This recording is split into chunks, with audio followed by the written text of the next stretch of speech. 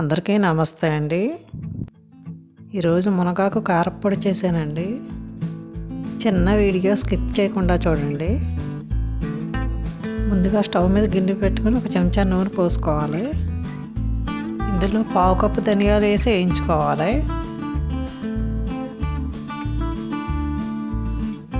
ధనియాలు కొద్దిసేపు వేయించుకున్నాక ఒక పావు కప్పు వేరుశనగ గుళ్ళు వేసి వేయించుకోవాలి. ఇప్పుడు పావు కప్పు మినపప్పు వేసుకోవాలండి.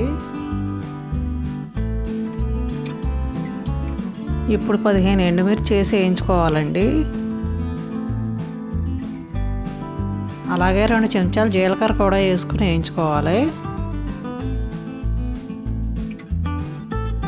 ఇవన్నీ వేగిపోయినాయండి. ఇప్పుడు చల్లారబెట్టుకుందాం. ఇప్పుడు మునగాకు వేసి వేయించుకోవాలండి. మునగాకు శుభ్రంగా కడిగి పొడి బట్ట మీద వేసి ఫ్యాన్ గాలికి ఆరబెట్టుకోవాలండి. తడి లేకుండా చూసుకోవాలి. మునగాకు వేగిందండి. ఇప్పుడు చల్లారబెట్టుకుందాం.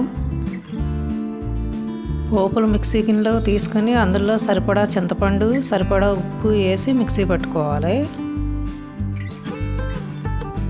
ఇప్పుడు చల్లారిన మునగాకు వేసుకోవాలండి. ఇప్పుడు ఇందులో వెల్లుల్లి వేసి మిక్సీ పట్టుకోవాలి. ఇదేనండి నేను చేసిన మునగాకు కారప్పొడి.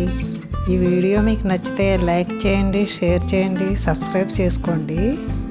ఉంటానండి.